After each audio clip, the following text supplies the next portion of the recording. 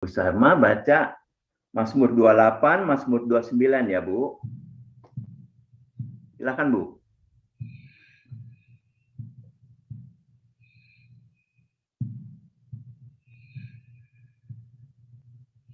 Bu Sarma. Ya, silakan, Bu. Mazmur 28 dan Mazmur 29. Baik. Semuanya, Pak, Bu. Shalom Pak W, shalom Halo. Bapak Ibu semuanya. Saya akan membacakan kebenaran firman Tuhan dari Mazmur 28 dan 29. Kepadamu ya Tuhan, gunung batuku, aku berseru, janganlah berdiam diri terhadap aku.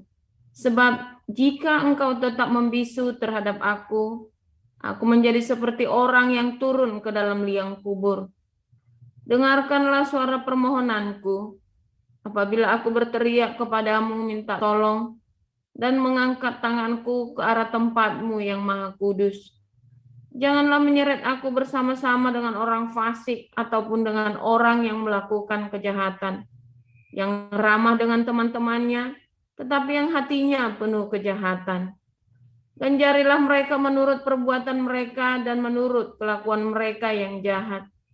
Ganjarilah mereka setimpal dengan perbuatan tangan mereka. Balaslah kepada mereka apa yang mereka lakukan. Karena mereka tidak mengindahkan pekerjaan Tuhan dan perbuatan tangannya, Ia akan menjatuhkan mereka dan tidak membangunkan mereka lagi. Terpujilah Tuhan, karena Ia telah mendengar suara permohonanku. Tuhan adalah kekuatanku dan perisaiku. Kepadanya hatiku percaya. Aku tertolong sebab itu beria-ria hatiku. Dan dengan nyanyianku aku bersyukur kepadanya. Tuhan adalah kekuatan umat-Nya dan benteng keselamatan bagi orang yang diurapinya. Selamatkanlah kiranya umat-Mu dan berkatilah milik-Mu sendiri. Gembalakanlah mereka dan dukunglah mereka untuk selama-lamanya.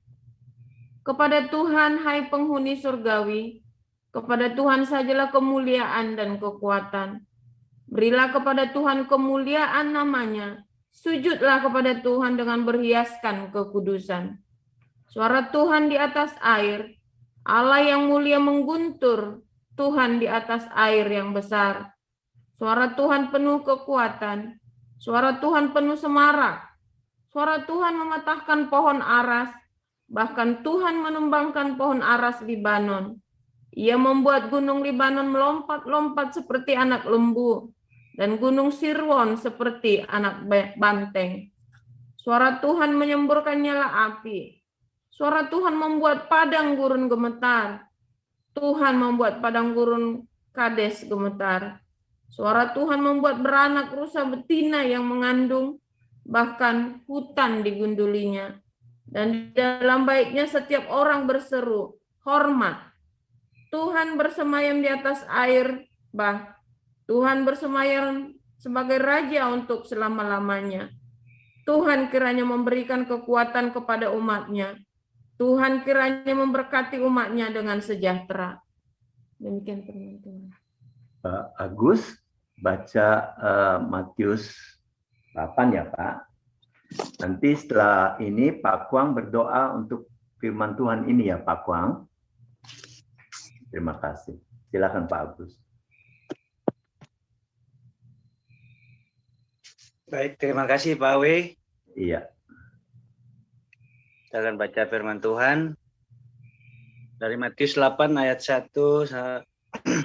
Setelah Yesus turun dari bukit, orang banyak berbondong-bondong mengikuti Dia.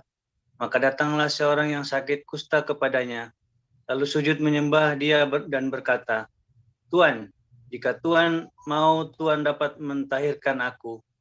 Lalu Yesus mengulurkan tangannya, menjamah orang itu dan berkata, aku mau, jadilah engkau tahir.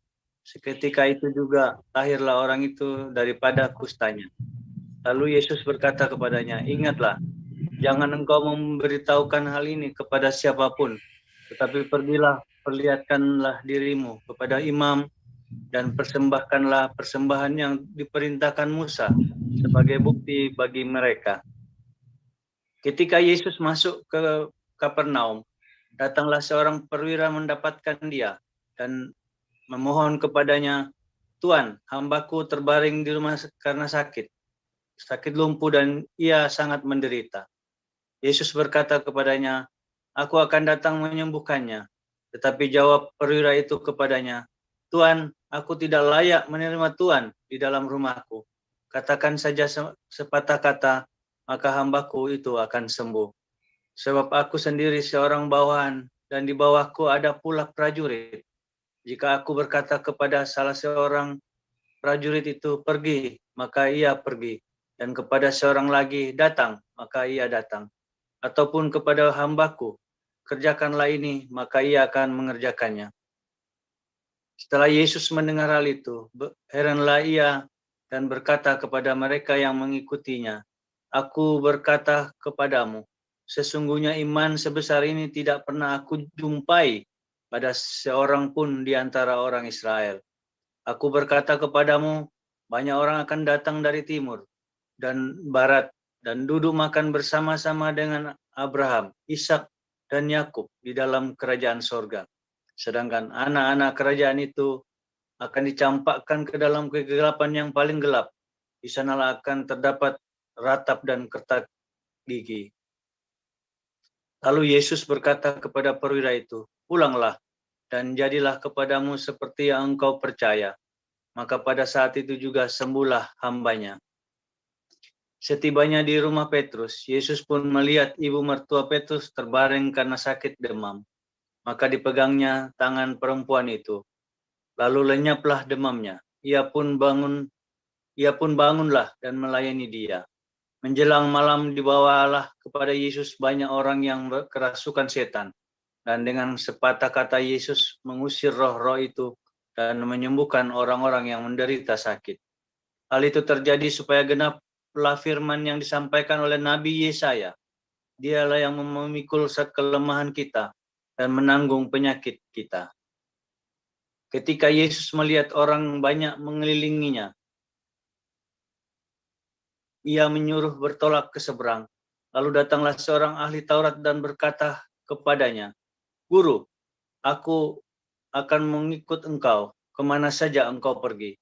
Yesus berkata kepadanya, serigala mempunyai liang dan burung mempunyai sarang, tetapi anak manusia tidak mempunyai tempat untuk meletakkan kepalanya. Seorang lain, yaitu salah seorang muridnya, berkata kepadanya, Tuhan, izinkanlah aku pergi dahulu menguburkan ayahku. Tetapi Yesus berkata kepadanya, ikutlah aku dan biarlah orang-orang mati menguburkan orang-orang mati mereka. Lalu Yesus naik ke dalam perahu dan murid-muridnya pun mengikutinya. Sekonyong-konyong mengamuklah angin ribut di danau itu, sehingga perahu itu ditembus gelombang, tetapi Yesus tidur. Maka datanglah murid-muridnya membangunkan dia, katanya, Tuhan, tolonglah kita binasa.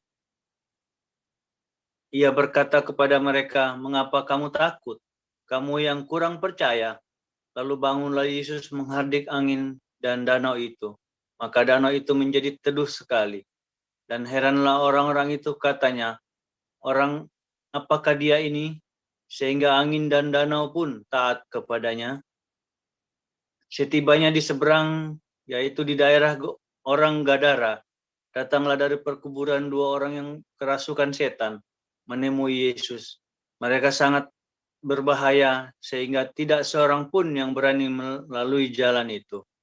Dan mereka itu pun berteriak, katanya, apa urusanmu dengan kami, hai anak Allah?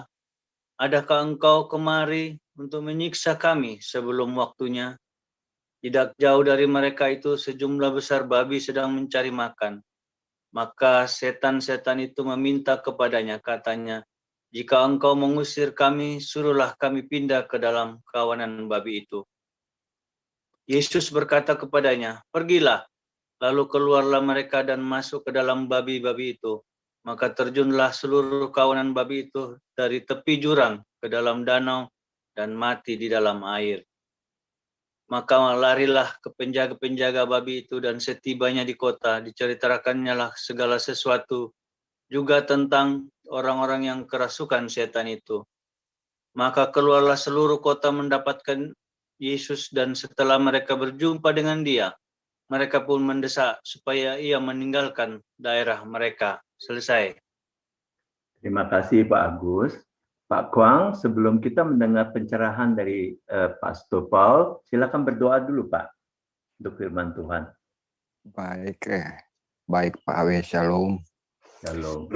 Shalom Bapak Ibu sekalian, baik di Zoom maupun di YouTube. Kita satu di dalam doa. Tuhan Allah Bapa, kami bertahta di dalam kerajaan surga, betapa suci, besar, dan agung mulia Engkau ya Tuhan. Kami mohon ampun dosa dan salah kami, sehingga kami layak untuk mendengarkan, layak untuk menerima firman. Ampuni kami ya Tuhan. Terima kasih ya Tuhan atas kesempatan kami saat ini. Kami mohon berkat-Mu kepada Pastor Paul sehingga dia boleh dapat menyampaikan isi hati-Mu kepada kami. Inilah doa sembahyang kami ya Tuhan. Di dalam nama anak-Mu Yesus Kristus kami berdoa dan mengucap syukur. Amin. Amin. Silakan Pastor Paul.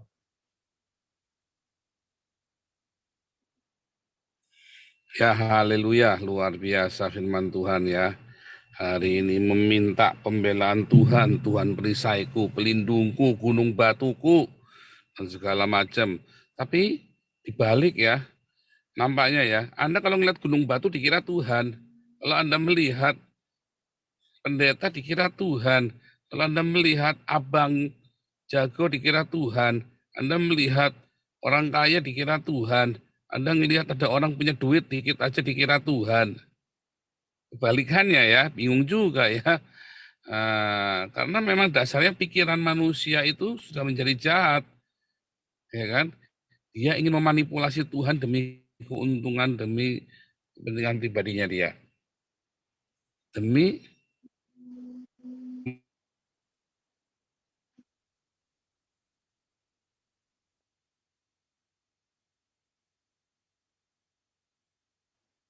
Suaranya putus Pak. Tuhan. Ya, dia mau kendalikan Tuhan. Dikatakan kalau kamu tidak dapat mengendalikan tes sukahmu, ya kan? Kalau kamu tidak dapat mengendalikan tes sukahmu, dosa itu akan menerkam kamu. Orang sudah tahu yang benar dan yang jahat. Logosnya orang sudah tahu. Pak Pendeta sudah tahu semua. Tetapi akhirnya para pendeta pun tidak dapat mengendalikan tes sukanya. Akhirnya banyak pendeta mengumpulkan uang demi dirinya sendiri. Lalu jemaatnya suaranya tidak stabil, bagaimana yang lain? Tolong kontrol yang lain. Ya, Suaranya sekarang bagus. oke Pak. Tadi putus-putus. Suaranya putus-putus ya. Iya, ini saya lagi komplain berat sama Sigo ini ya. Saya pakai internet Sigo ini beberapa hari ini parah sekali. Hari ini paling parah ini ya, internetnya 2 hari ini paling parah. Sekarang marah udah nggak keluar nih. Ya. Sudah bagus, Pastor. Ya. Oke. Internetnya yang down sekarang, nggak bisa. Saya komplain berat tadi, saya bilang saya bayar 200 euro nggak apa-apa sebulan, yang penting jangan ada putus internetnya. Saya sampai bilang begitu ya. Tapi ya mereka nggak bisa bantu apa-apa. Rencana saya mau ganti lagi, nggak pakai Sigo lagi. Saya nggak tahu harus pakai apa, karena saya bayar Bukannya, putus deh. Sekarang putus deh. Iya, putus. Putus sama sekali. Saya ini jadi host sekarang malah. Iya, tidak dengar. Saya kira internet saya yang rusak juga.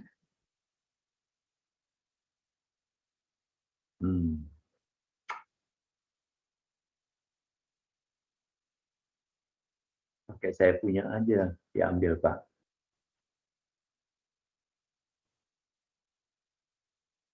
Bentar ya. Aduh, begini.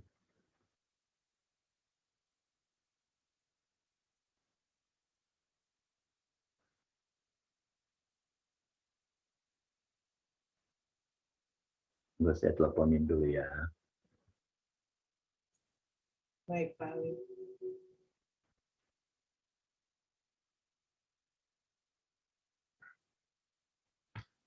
Bu Ana, netnya terputus tuh. Ya, oke. Ya, oke. Bentar ya, saudara-saudaraku.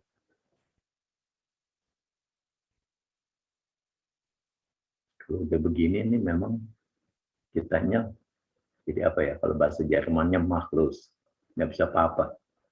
Iya. Iya, ini kacau memang. Tapi Bang betul juga yang Pastor Paul bilang ya. Nanti semua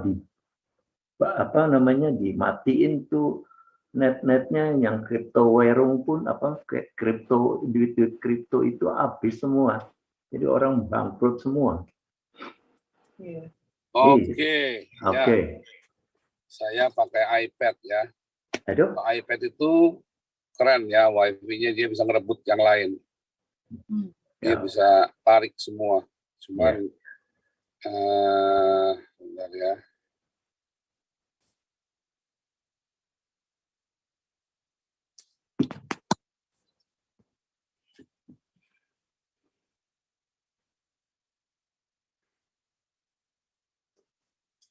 Betul yang Pastor Paul bilang ini.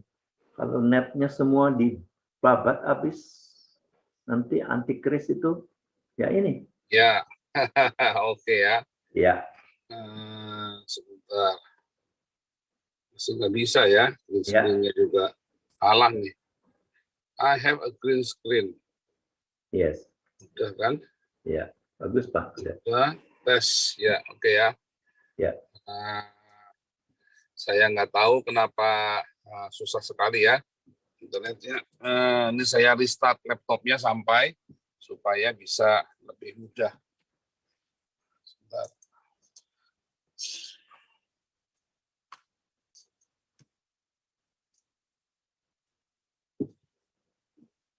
Oke.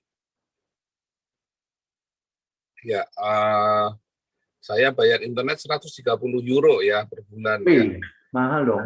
Ya, saya pakai yang bisnis unlimited, no interrupt, tapi saya tidak puas sekali dengan Sigo ini. Memang saya komplain nggak bisa. Saya dari seminggu yang lalu sudah telepon ya untuk masalah internet ini.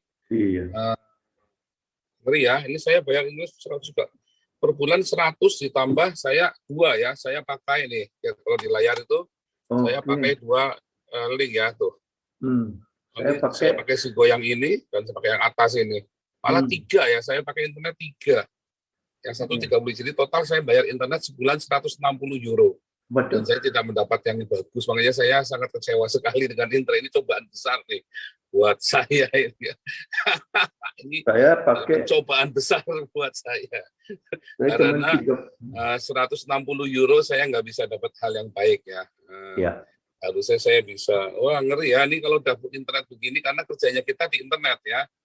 Pelayanan kita semua di internet. Makanya saya bilang saya bayar 200 euro. Yang penting internetnya bagus, lancar, saya bilang begitu ya. Nah, laptopnya kita pakai Core i7 ya. Pakai Core i7, yang satunya memang masih laptop lama, Core i5 ya. Nah, belum beli nanti bulan depan, saya rencana beli Core i5. Sebab kalau enggak, semua. Kita nggak tahu yang salah laptopnya atau yang salah internetnya. Sebab setiap hari kita gangguan terus internetnya ya. Internetnya yang salah itu. Iya, makanya kita saya yang ini mana pakai laptop yang lebih tua lagi, Pak. Iya, saya sampai komplain. Nah, dari tadi makanya saya keganggu tadi ya, berapa hari online. Saya keganggu kalau siang itu karena saya sambil telepon mereka. Mereka teleponnya bisa aja siang, pas saya lagi live itu baru bisa ditelepon. Nah, kalau pagi saya sekolah ya sama kerja, jadi nggak bisa apa-apa. Saya kerja di yayasan, jadi saya nggak bisa telepon kan. Nah, kalau siang baru bisa pas lagi live dengan kalian, saya baru bisa telepon. Kalau siang itu, jadi saya telepon itu sambil telepon sambil live, saya sambil telepon karena nelponnya juga kan hotline kan. Wah, saya harus telepon terus tuh. 2 jam itu saya belum, itu cobaan itu buat saya pekerjaan gitu. Stres sekali itu ya kalau udah begitu, stres sekali. Sudah begitu bahasa Belanda saya kan belum bagus kan. Mereka tidak bisa bahasa Inggris, repotnya. Bisa bahasa Inggris, ya repot. Jadi saya pakai bahasa Belanda kan ngomong mereka. Ya bisa, mereka mengerti, mereka tahu saya komplain. Cuman mereka juga nggak tahu salah di mana. Nah, saya bilang kalau besok nggak datang, kita stop aja deh abonemennya, saya ganti yang lain. Sebab Betul, Pak. kitanya Gituin susah aja, sekali Pak. ya begini. Setiap kali live saya stres sekali ya. Ya, Ketika saya sedang berusaha mengumpulkan ini, ambience down, tiba-tiba mati internetnya. Saya down begitu. Langsung distract aduh. gitu ya. Saya juga kan yang waktu itu kan pernah saya komplain tuh, Pak. Nah, itu sekarang terus-terusan kuat, Pak. Saya bayar cuma 35, Pak. Saya komplain itu, Makanya. Pak. Hmm. Tapi nggak apa-apa ya, ini kita Oke. terus Ya. terus berusaha yang terbaik ya untuk melayani ya. Makanya Amin. saya kemarin sudah beli Core i7 1 baru ya. Nah, ini kita mesti beli satu lagi. Terpaksa ini kalau kita pakai iPad juga kemarin karena iPad-nya rusak. Nah, sekarang kita iPad sudah jarang terganggu kan. Kalau saya ngajar enak kan, nggak pernah pakai gambar begitu kan, enak kalau saya ngajar. Nah, sekarang tinggal satu lagi untuk ini ya, untuk layar utamanya. Oke, nggak apa-apa. Nah, itulah pencobaan ya. Tiap kita semua ada punya kesulitan, punya tantangan, saudara. Semua pekerjaan ada masalahnya, ya. Tetapi memang pekerjaan kita ini cost-nya cukup murah dibanding Anda membangun gedung gereja, ya. Kita dengan cost hanya 200 euro sebulan, ya, dengan laptop Core i7 1, iPad 1, sama Core i5 1, kita sudah jadi gereja internasional. Habis ini doa pagi yang nonton 3.000 sampai 4.000. Ya kan? Kalau hari Minggu 10.000 sampai 20.000. Ya kan? Nah, itu kan kita sudah menjadi sebuah komunitas. Bahkan kita dengan hanya 200 euro per bulan ya internetnya, saya bisa mengkoordinir Anda semua untuk mengumpulkan 4 miliar dalam setahun, ya kan? Ajaib kan? Modalnya 200 euro, sebulan kita bisa kumpulkan ya 400 juta.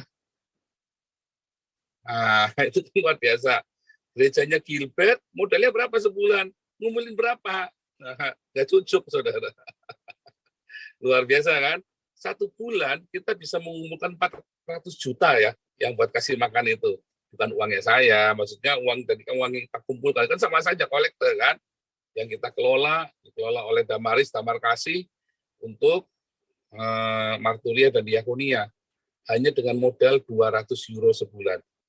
Ya tentu Core i5, Core i7 dan iPad ya, kita gunakan 3 perangkat itu. Jadi kan enak kan, luar biasa kan. Nah, itu gereja murah kan, murah.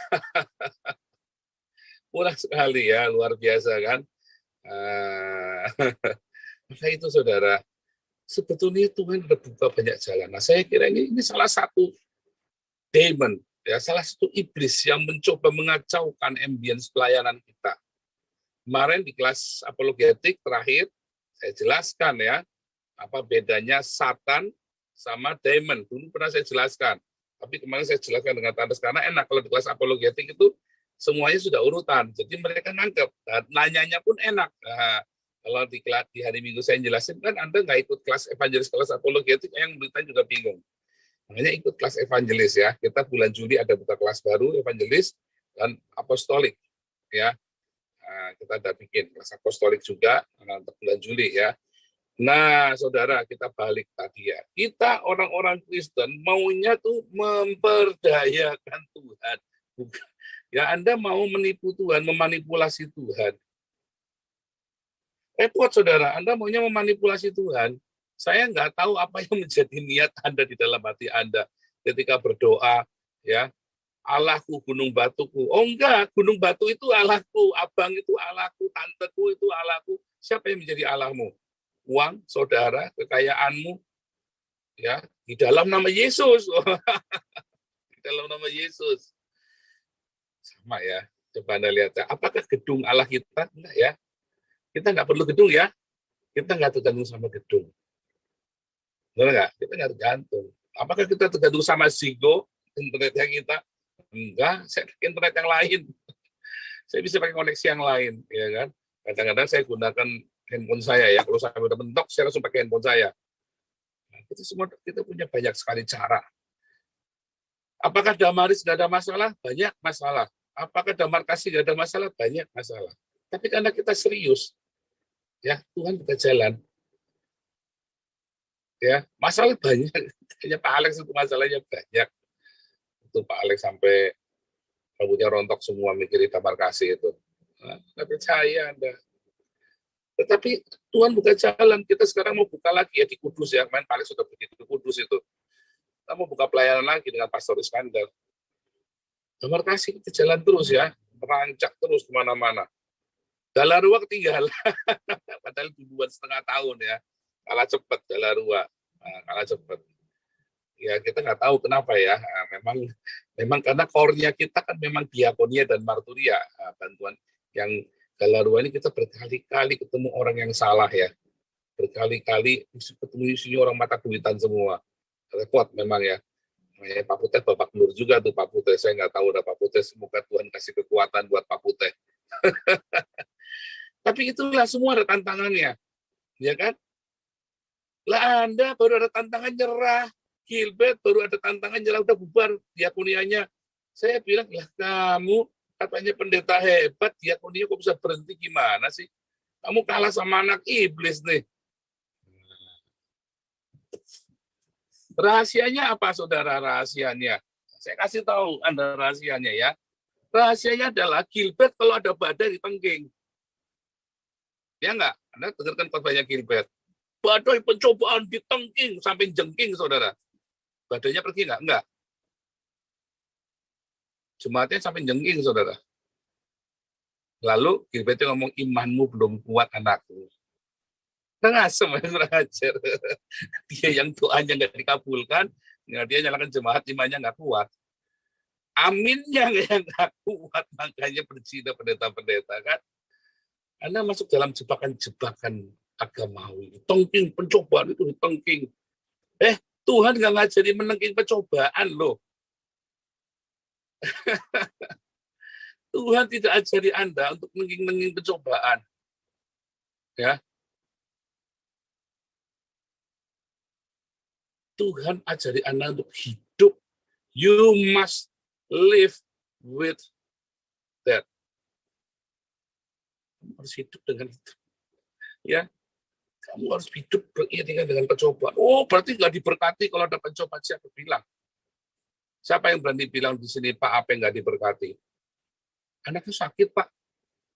Saya kasih tahu Anda ya, dalam kemustahilan sudah tidak ada keluarga. Apa yang berkecukupan sekarang. Saudara tahu apa yang akan terjadi nanti 20 tahun lagi? Anaknya apa yang akan tahu hati Bapa. Ketika berkata, Bapa kami di surga, dia membayangkan bapaknya itu kayak Pak Apeng, tahu nggak? Ready to die for my daughter. Apapun tabrak pokoknya buat anakku. Anaknya Pak Apeng 20 tahun lagi, kalau berdoa Bapa kami yang di surga, dia tahu yang namanya Bapa seperti apa. Orang Anda kalau yang pencobaan ditenging-tenging belum tentu ngerasain namanya Bapak di surga kayak apa. Anda sekarang yang hidupnya enak-enakan belum tentu kalau Bapak kami surga, Bapak asal punya duit ya Bapak, enggak punya duit ya empuh wes, iya kan? Enggak. Kalau Anda tanya saya tentang Bapak, ayah saya memang bukan orang yang kaya, ayah saya bukan orang yang sukses dalam pekerjaannya dalam uang. Tapi anak saya ready to die for his children. Ayah saya itu siap mati buat anak-anaknya, saudara. Saya ingat mau dikeroyok orang sekampung ya. Bapak saya pasang badan, langkahi dulu mayat saya di belakang bapak saya. Itu benar aja saya di belakang bapak saya. Saya ketakutan ya. Mau dikeroyok orang sekampung coba. Bawa cangkul, bawa macam, bawa arit, bapak saya di depan. Ya, kalau mau apa-apa ya langkai dulu mayat saya. Ngomong begitu jelas, di kampung itu orang Cina satu ini. Saya kan bapaknya. Kamu apa-apa sama bapaknya, jangan sama anaknya. Kalau mau kelahi, anak sama anak kelahi sana, diadu sekalian. Kalau mau keroyok anak saya, langkai dulu bapaknya. Dan itu nggak sekali, 2 kali dilakukan itu untuk anak-anaknya, saudara. Dia lindungi anak-anaknya. Sehingga ketika kami berdoa, Bapa yang melindungi kami, Bapa yang menaungi, kita langsung kebayang apa? Papi saya, saudara. Pasang badan buat saya. Papi saya saja yang dianggap orang brengsek aja berani pasang badan buat saya. Apalagi Bapak di sorga. Nah, hari-hari ini Anda ingin Tuhan sebagai perisaimu, pelindungmu, tetapi Anda begitu ada badai pencobaan, Anda teriak-teriak minta ditengking-tengking badai pencobaan ya. Lalu Tuhan Yesus bingung, dibangunin tidur. Bangun Tuhan. Orang Islam yang membuli. Tuhannya lagi tidur di buritan, ketiduran tuh. Tuhan kok tidur? Emang kenapa kalau Tuhan tidur? Everything gonna be okay. Semua akan beres-beres saja. Alles in Ordnung, kata orang Jerman. Makanya tidur. Karena alles in Ordnung. Tapi ada badai. Itu emang kenapa kalau ada badai? Ya enggak? Tapi ini sakit udah mau mati. Mati enggak? Ini kena cancer di stadium tinggi nih. Ini orang yang nganter orang kena cancer. Saya punya teman ya saudaraku, kena cancer. Dia ada satu sahabatnya nganter dia terus saudaraku. Saudara tahu yang kena cancer itu masih hidup, teman saya yang nganter ini udah mati, saudara. Masih sehat. Matinya cuma gara-gara masuk angin duduk biasa itu ya. Yang kena cancer belum mati sampai sekarang. Apakah cancer pasti membunuhmu? Enggak ya. Anda jangan berpikiran sempit begitu dong. Anda jangan berpikiran sempit begitu. Apakah cancer pasti membunuhmu?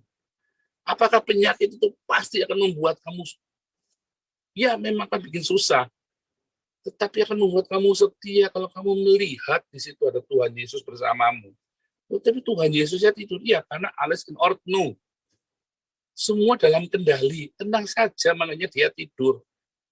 Kalau lagi nggak dalam kendali, pasti dia akan turun tangan. Karena semua dalam kendali, tinggal tidur. Tapi saya juga begitu. Ya, kalau kita lagi belajar nyetir dulu ya, kita nyetir itu berangkat dari Tegal ke Semarang gitu ya. Dia lihat saya sampai Pemalang, nyetirnya bagus, tinggal tidur sampai dia bangun di Semarang udah bangun. Ya, kalau sistemnya nggak baik, pasti ditungguin. Jadi kalau Alex itu tinggal tidur sama dia pasti nyampe. Dia tahu nyetirnya benar kok. Kan begitu kan? Kalau Anda melihat Tuhan Yesus tidur di buritan, kamu tenang saja, pasti alles in Ordnung. Jangan malah teriak-teriak, kejang-kejang jejerita. Tuhan mau mati, Tuhan mau mati. Anda kan begitu kan? Oh Tuhan, udah boleh sudah di depan.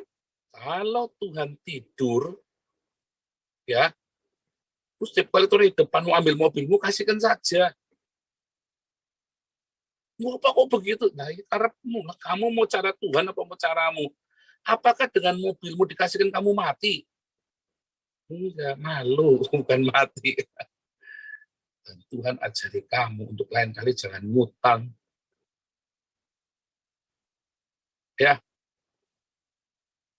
Enggak tobat-tobat ya karepmu. Lah kamu diajari cara Tuhan.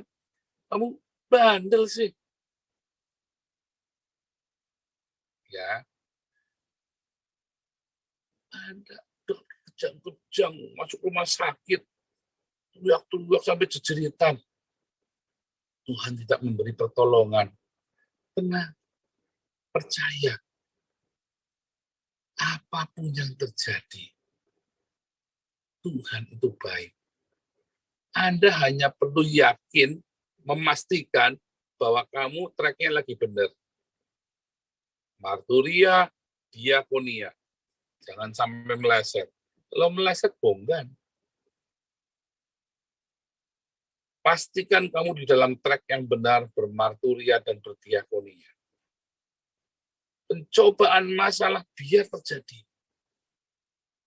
Karena semua itu ada batasnya, saudara. Pencobaan itu ada batasnya. Seperti Ayub kemarin kita belajar. Ada satu titik baliknya. Tapi kalau Anda responnya salah, jejeritan kejang-kejang, Tuhan bangun dia, tapi dimarahi kamu. Terus enggak apa-apa dimarahi Tuhan, yang Tuhan bangun kita selamat. Iya, tapi Tuhan bilang di mana imanmu? Kamu imannya enggak tumbuh-tumbuh nih, payah nih. Mau berapa lama lagi? Ya, saya berdoa supaya Anda nggak jejeritan ya. Pada badai itu nikmati. Tuhan adalah gembalaku, tidak akan kekurangan aku. Dia memberikan aku di padang yang berumput hijau. Pengennya begitu terus. Dia menuntut air tenang semua, pengennya padang rumput hijau, air tenang. Tetapi Tuhan benar-benar suatu ketika bawa Anda ke dalam lembah kekelaman. Tuhan membawa ke sana. Anda jejeritan. Kenapa Anda harus melewati lembah kekelaman? Untuk memurnikan hatimu. Karena kamu tidak jujur sama Tuhan. Tidak ada manusia yang bahkan bisa ngerti dia sedang murni apa enggak. Sampai dia mengalami lembah kekelaman, baru dia tahu dia murni apa enggak. Termasuk saya. Anda tidak akan pernah tahu Anda murni atau enggak sama Tuhan. Pujilah aku, Tuhan. Gundelmu peang. Sampai kamu melewati lembah kekelaman dan kamu memberikan respon-respon yang benar. Begitu kamu tahu responmu salah, kamu tahu kamu tidak murni. Bersyukurlah kamu tahunya sekarang. Sebab kalau kamu tahunya nanti kalau sudah mati di hari penghakiman, artinya kamu pasti masuk neraka.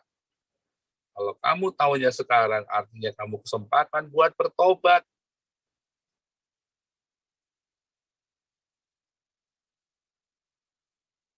Beneran, saudara. Kalau kamu tahunya nanti, ya, artinya kamu siap masuk neraka. Kamu sudah di penghujung neraka, tinggal masuk itu. Artinya kan kamu lagi dihakimi kan, ternyata kamu tahu kamu nggak murni, berarti kamu sudah siap lompat itu terjun bebas ke neraka. Tapi kalau kamu tahunya sekarang, ternyata aku nggak murni Tuhan. Kayak saya kemarin 2014-2015, ternyata saya nggak murni ya Tuhan ya. Untung tahunya sekarang. Makanya dimurnikan. Langsung kita bertobat. Jangan jejeritan. Tahu nggak setelah bertobat? Nggak perlu pakai tengking-tengking, saudara. Masalahnya selesai sendiri. Hilangin nggak percaya, saudara. Anda kebanyakan ikut dengar pengajarannya Gilbert sih. Nggak perlu tengking-tengking, saudara. Masalahnya selesai sendiri. Makanya Tuhan langsung berpaling dan berkata, gimana imanmu? Dalam lembah kekelaman gadamu dan tongkatmu. Nggak ada tombaknya langsung, wah kejang-kejang pelojotan bingung lembah kekelaman. Enggak, dia tetap tenang jalan, tetap bersama gembalanya. Nah, Anda nggak percaya, kalau Anda kambing kok begitu masuk lembah kekelaman, Anda ngacir kok. Nggak mau kok. Ya kan? Dan kemarin saya bilang, kenapa saya segel? Pasti, sure ya. Apa? Saya lupa lagi. Sure. Mengapa saya sangat yakin? I am very sure with my way. Karena my way ya sedang di dalam tracknya Tuhan. Ada righteousness, ada sadek, ada sedekah di sana, saudara. Makanya saudara harus sedekah, harus diakoninya terus dengan militan. Nanti Anda akan tahu kalau Anda sedang dalam kebenaran itu. Logos ya dalam bahasa sedekah jadi rema. Logos adalah sadek, sadeknya itu ekspresinya adalah sedekah. Ya. Saya tunjukkan kepada Anda ya.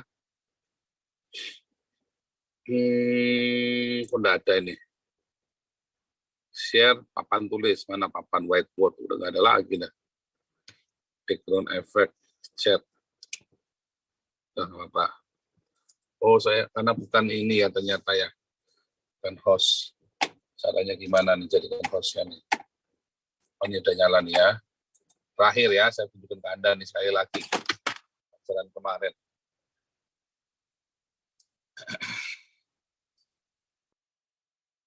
Sebentar ya.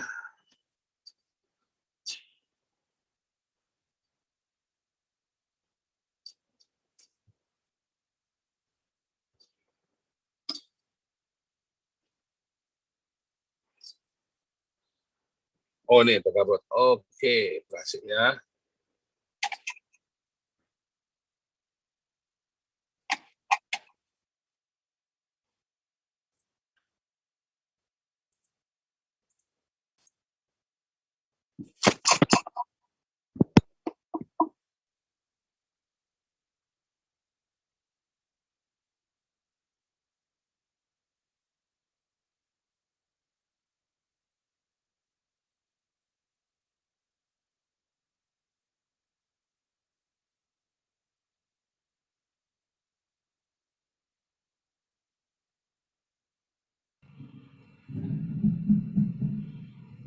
Ini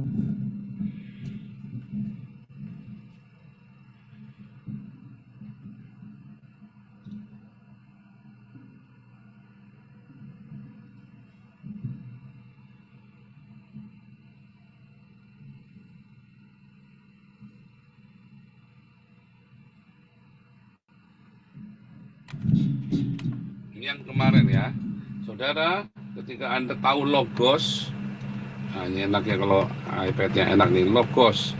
Ini adalah buah pengetahuan, baik dan jahat. Ya kan? Logos ini adalah sadek ya, sadek. Sama dengan righteousness, kebenaran. Maka sadeknya ini harus jadi sedekah, sedek, ya, itu diakoni. Maka akan menjadi rema, ya. Kalau logos itu menjadi sadek, logos itu adalah kebenaran yang hakiki mutlak. Lalu ekspresinya, ekspresi semua kebenaran itu pasti diakonia, charity, ya, kasih, ya, agape. Karena ada sadek yang tidak berdasarkan agape, saudara. Bunuh-bunuhan kamu kayak orang Islam, kayak zamannya perang salib, bunuh-bunuhan kamu. Semua orang punya kebenarannya sendiri. Makanya ekspresi dari sadek, kalau kamu tidak sedekah, tidak berdiakonia, tidak mengasihi, mengampuni, memberkati, kamu tidak akan pernah jadi rema. Rema inilah pohon buah kehidupan, sehingga kamu hidup selama-lamanya. Yohanes 6 ayat 63. Rema adalah pneuma, roh, dan zoe, hidup. Ya, gitu ya saudara ya. Makanya kalau Anda masuk ke dalam pencobaan badai hidup, angin topan badai keluargamu, ekonomimu, kesehatanmu, jangan jejeritan, Tuhan mati, kita mati, Tuhan mati. Kelimpungan, tenang aja, tenang. Kalau Tuhan tidur, maksudnya Tuhan nggak jawab doamu. Artinya alles in ordnung, semuanya aman, ya, alles in ordnung, semua terkendali.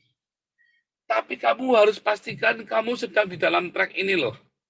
Track ini loh, logosnya adalah sadek, firman Tuhan, dan Anda ekspresinya adalah sedekah, sehingga Anda punya rema. Pastikan kamu ini dulu, ya. Tenang. Kayak saya tenang. Badai, topan, difitnah, dihajar, dia apa, tenang.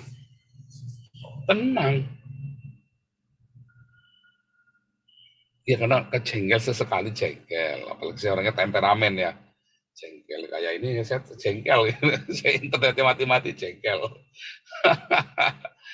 Alas oknum, ya. Kalau Tuhan tidur di puritan, artinya semua terkendali. Nggak bakal mati, saudara. Anda ngelihat ngusir setan, ngelihat orang kusta, ngelihat orang kusta sembuh, semua. Anda bersorak-sorak euforia. Wah, hebat kalau nyanyinya Allah ditinggikan dengan sorak-sorai kita lah umat pemenang. Tapi Anda begitu kena badai jejerita, tetangisan, kejang-kejang, kejut-kejut. Alas itu tenang saja. Yang penting kamu lakukan ini fokus. Ini fokus ya, saudara. Anda harus ini fokus nih. Menang Anda. Teladanilah saya. Seperti saya meneladani Kristus. Tuhan Yesus memberkati. Silakan Pak Hawe.